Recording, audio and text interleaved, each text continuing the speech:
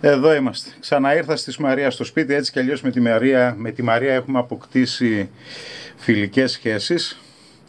Οπότε το να έρθω στο σπίτι της δεν είναι κάτι κόπος για μένα. Η προχθεσινή διαρροή που εντόπισα εδώ πέρα τελικά δεν ήταν από τα δικά μου τα ασφυξίματα, γιατί όπου βάζω τρελάρα κόρα, ακόμα και λύσω το παλιό το υδρόμετρο, βάζω πάντα καινούρια λαστιχάκια και βάζω αυτά τα πράσινα που μου αρέσουν πολύ. Η διαρροή τελικά ήταν από το διακόπτη εδώ πάνω. Υπήρχε ένας ορφανός διακόπτης εδώ πέρα, χύμα όπως δείχνω και στο βίντεο, και είπα να τον ταπώσω, μην πάει κανένας και ανοίξει τη βάνα, ας το πούμε, και γίνει μουσκεμα. Δηλαδή φροντίζουμε μη κάποιος πατήσει το τελικά. Μου έχανε από εδώ πέρα, από το κέλυφος, από τον κορμό ας πούμε της βάνας. Με το που την άνοιξα βρήκα ότι υπάρχουν και εδώ μέσα σκουπιδάκια.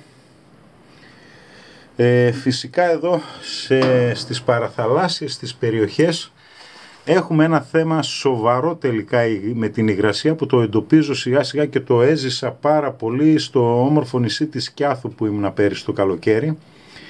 Εκεί με τον φίλο μου τον Νίκο, πώς τον είπαμε ρε τον Νίκο, δεν το θυμάμαι τώρα. Ο Νίκος είναι φίλος συνεργάτης υδραυλικός δεύτερης γενιάς, είναι ο πατέρας του υδραυλικός και τώρα έχει αναλάβει ο Νίκος. Την αγάπη μου και τα χαιρετίσματα στη Σκιάθο. Και εκεί μου είπε, Στράτο, ότι τα δοχεία διαστολής, τα δοχεία δρανίας μάλλον ή διαστολής για τα πιεστικά τα έχουμε καταργήσει, γιατί σαπίζουν στην κυριολεξία εσωτερικά πριν καν ξεφουσκωθεί ή τρυπήσει η σαμπρέλα από μέσα. Είναι τραγικό αυτό το πράγμα. Βέβαια του πρότεινα να προτείνει στον κόσμο εκεί τη Σκιάθου ότι όταν έχουμε παραθαλάσσιες περιοχές και τα μεταλλικά εξαρτήματα δεν αντέχουν επειδή έχουμε υγρασία κτλ., καλό θα είναι να προτείνουμε στον κόσμο ανοξίδωτο. Ναι, υπάρχει ανοξίδωτο δοχείο διαστολής για πιεστικά, το οποίο αντέχει στο χρόνο, καθώς επίσης όπως βλέπουμε όταν κάνουμε τέτοιες κατασκευές, μεταλλικές πόρτες, κάγκελα κτλ., και αυτά από την υγρασία επηρεάζονται. Οπότε θεωρώ ότι σε παραθαλάσσιες περιοχές που έχουν και υγρασία, καλό θα είναι να πηγαίνουμε σε άλλο υλικό, δηλαδή να δουλεύουμε πιο πολύ αλουμίνιο, ανοξίδωτο και τέτοια πράγματα. Τέλος πάντων, εδώ τελειώσαμε. Απλά τάπουσα την παροχή εδώ πέρα και τελείωσε το βάσανο, δεν έχουμε κάτι άλλο.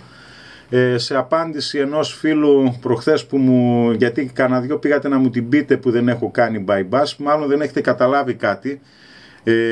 Εγώ πάντα είμαι της γνώμης και έτσι κάνω πάντα, ενημερώνω τον φίλο Παύλα πελάτη το τι θα ήθελα να κάνω, μετά μου λέει εκείνος τι θα ήθελε να κάνει, τα βάζουμε κάτω με χαρτί και με μολύβι, βλέπουμε αν κοστολογικά βγαίνουμε και κάνουμε την ανάλογη εργασία. Στην προκειμένη περίπτωση δεν ήθελε να κάνω bypass, δεν ήθελε να βάλω έξτρα διακόπτη, κάναμε αυτό που ήταν να κάναμε και τελείωσε, να τη βγάλουμε όσο το δυνατόν πιο ανώδυνα. Το θέμα είναι αν κάναμε καλύτερη δουλειά ή χειρότερη. Φυσικά και είμαι υπέρ του ανοξίδωτου, του ορυχάλκινου εξαρτήματα. Στα ορυχάλκινα εξαρτήματα ένας φίλος μου την είπε για το ξενοδοχείο που είπα εκεί πέρα για το εξάρτημα. Τι να κάνω ρε παιδιά, δεν είναι πάντα στο χέρι μου να κάνω τη δουλειά που θέλω. Πολλές φορές μας πιέζει ο χρόνος, πολλές φορές δεν υπάρχουν τα λεφτά. Εγώ δεν σας λέω ότι εγώ είμαι ο top, ο καλύτερος κτλ. Ίσα ίσα έχω πει σε βίντεο μου ότι με άριστα το 10 με βάζω 1,5. Τι άλλο να κάνω. Τέλος πάντων, αυτό ήταν μια μικρή παρένθεση. Τα υδρόμετρα εδώ στην προκειμένη περίπτωση θεωρώ ότι είναι έτσι πρέπει να είναι τα υδρόμετρα για μένα. Έχουμε κάνει τραγικά λάθη όλα αυτά τα χρόνια και οι κατασκευαστές, οι εργολάβοι και οι μηχανολόγοι, μηχανικοί και όλοι αυτοί. Ναι, πρέπει να προνοήσετε σε σε 5-6 διαμερίσματα που έχει εδώ και γενικά. Πρέπει να υπάρχει χώρος για λεβιτοστάσιο, πρέπει να υπάρχει χώρος για τα υδρόμετρα. Δυστυχώς τα προηγούμενα χρόνια έχουν γίνει ατασταλίες πάρα πολλές. Εδώ κάποιος φίλος που μου είπε αν θα κάνουμε συντήρηση το καλοριφέρ. Δυστυχώς ένας πολύ ωραίος Λέβιτας Έλκο 300 μοντέλο Sudo με ένα πολύ ωραίο μαντεμένιο Levita Gear. Έχει εδώ και πολλά χρόνια που δεν λειτουργεί, γιατί δεν τα βρίσκαν μεταξύ τους μάλλον οι ιδιοκτήτες, και τώρα από ό,τι έχω μάθει θερμαίνονται όλοι με αρκοντίσιο. Εδώ βλέπουμε πάνω στο χέρι πάλι, ρε γάμο, την τρέλα μου. Θερμαίνονται, εδώ βλέπουμε μια κατάσταση κλασική ελληνική πραγματικότητα. Μια βαλβίδα ασφαλείας η οποία φαινόταν ότι άνοιγε και έτρεχε εδώ πέρα, που κοιτάει, τι βλέπω, δεν το πιστεύω. Κλασική περίπτωση, βαλβίδα ασφαλείας, έτρεχε η βαλβίδα ασφαλείας και ήρθε ο κοντός και έβαλε βαλβίδα στη βαλβίδα. Τώρα το είδα, ούτε καν το είχα προσέξει, καμαρώστε μας. Εδώ ένα αυτόματο εξαριστικό που έχω εξηγήσει, όταν το αυτόματο εξαριστικό είναι βιδωμένο τέρμα από πάνω, δεν κάνει εξαέρωση, είναι σαν να μην έχεις αυτόματο εξαριστικό. Αλλά αυτό εδώ για ακόμα μια φορά με προσπερνάει. Αυτό εδώ είναι τραγικό. Είναι τραγική κατάσταση. Λογικά μάστορας την έχει κάνει. Έχανε η βαλβίδα ασφαλείας και ήρθε ο τετραπέρατος και έβαλε άλλη μία βαλβίδα από πάνω. Πρέπει να καταλάβει ο κόσμος ότι η βαλβίδα ασφαλείας είναι ένα πολύ σοβαρό εξάρτημα στο Levita πετρελαίου, αερίου, ξύλου, πέλετ, οτιδήποτε.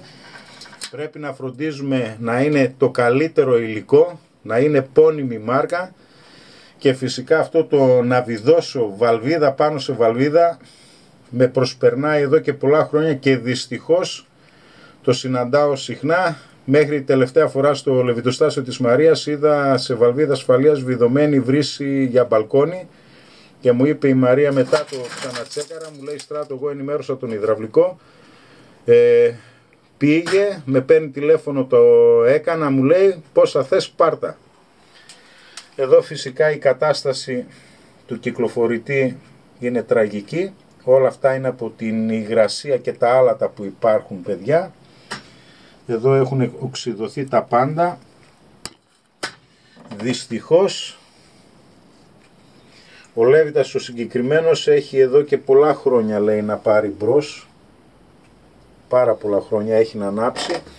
Εδώ φεύγει με χαλκοσολίνα Φι22 στο δοχείο διαστολής, πάει στο δοχείο διαστολής.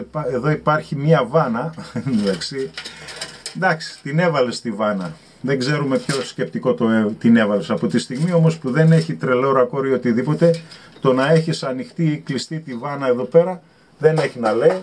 Φυσικά το δοχείο διαστολής σίγουρα έχει ξεφουσκώσει αυτή τη στιγμή, και αυτό που είπα πολλές φορές, μπορεί όταν είναι το καινούριο το δοχείο διαστολής να είναι ελαφρύ, αλλά σε μια τέτοια περίπτωση που είναι αυτή τη στιγμή εδώ πάνω, μετά από μερικά χρόνια και αφού δεν έχεις ελέγξει το δοχείο διαστολής ποτέ, πολύ λογικό αυτή τη στιγμή να έχει 50 ολόκληρα λίτρα νερό μέσα.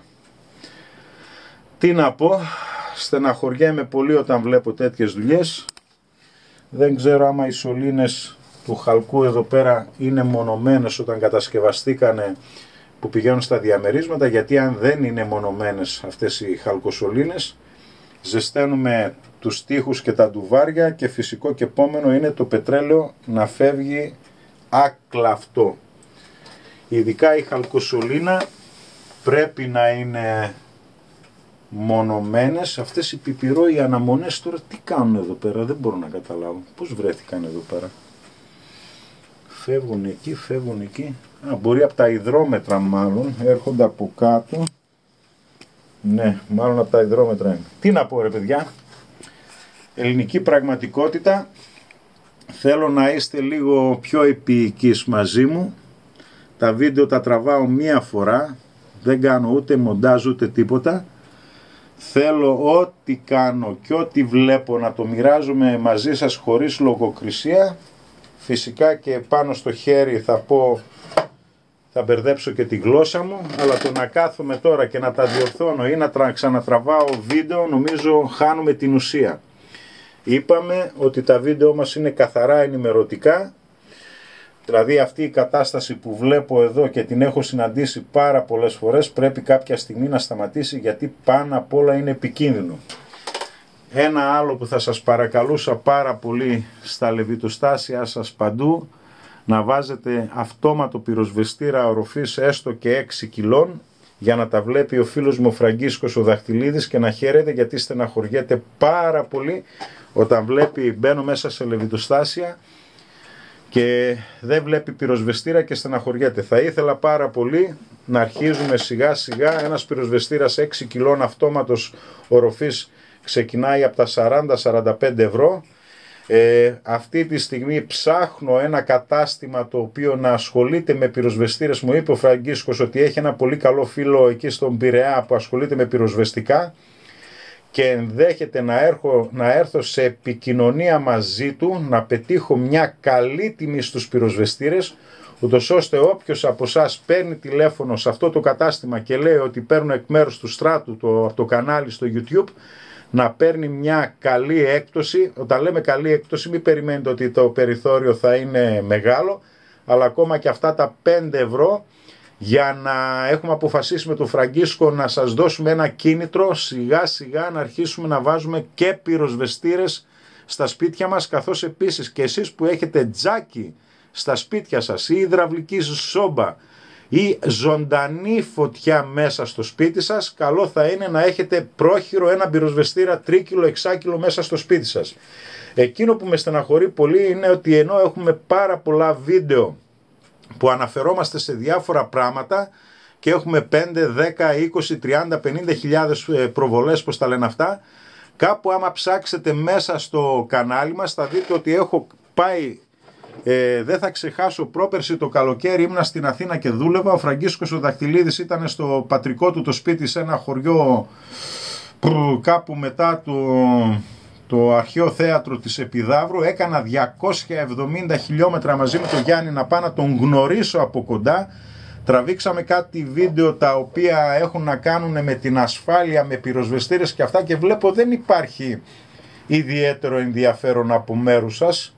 Δηλαδή έχουμε κάνει γύρω στα 5-6 βίντεο, μιλάμε για πυροκουβέρτες, μιλάμε για πυροσβεστήρες οροφής, μιλάμε για ακόμα και για πυρόσβεση στο αυτοκίνητό μας, και εκεί ο Φραγκίσκος λέει πάρα πολύ ωραία πράγματα. Παρόλα αυτά βλέπω ότι οι προβολές αυτά τα βίντεο είναι πάρα πολύ χαμηλές, και όπως έχω πει πολύ παλιά σε ένα άλλο βίντεο που μιλάω για πυρασφάλεια, η πυρασφάλεια έχω την εντύπωση ότι έχει περάσει στον κόσμο σαν την ανεπιθύμητη εγκυμοσύνη. Όλοι θέλουμε να μιλάμε για το σεξ, αλλά όταν έρθει η ώρα για την προφύλαξη, ας πούμε, εκεί πέρα δεν ξέρω, όχι.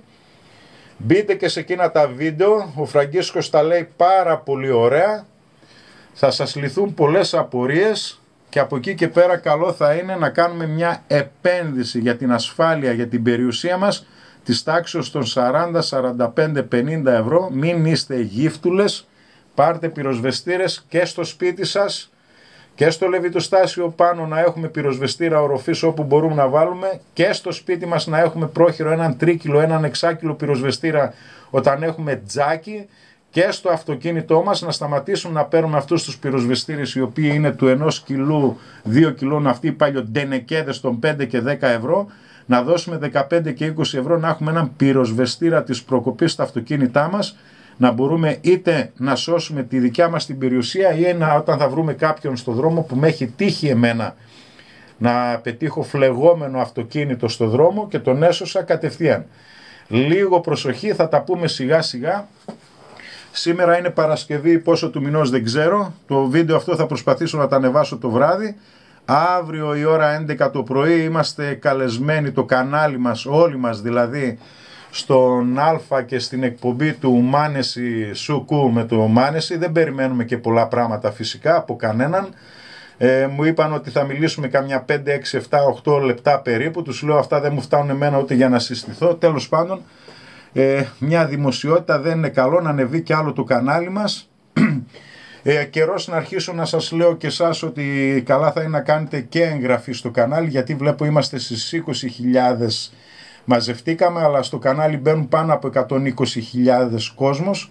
Εγγραφή, πώς τα λένε όλα αυτά. Δεν σας το λέω να το κάνετε, να το κάνετε για να βοηθήσετε το κανάλι τους, ώστε αύριο μεθαύριο να αποκτήσει φωνή, και όταν το κανάλι μας αποκτήσει φωνή να είστε σίγουροι ότι ο Μπαρμπαστράτος δεν θα μας αφήσει έτσι.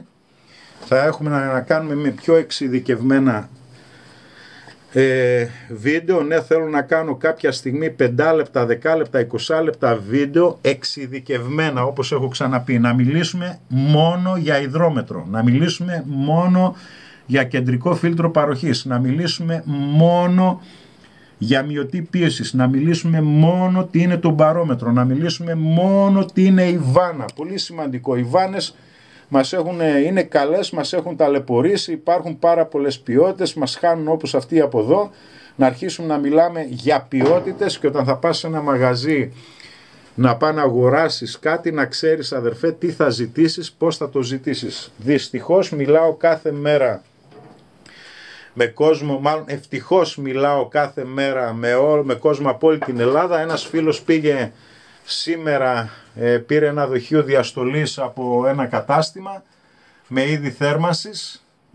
Βλέποντας τα βίντεο μου, το λέει το μάγκα εκεί πέρα που πουλάει το δοχείο διαστολής, του λέει να το μετρήσουμε, φέρε ένα όργανο να το μετρήσουμε αν όντως είναι φουσκωμένο.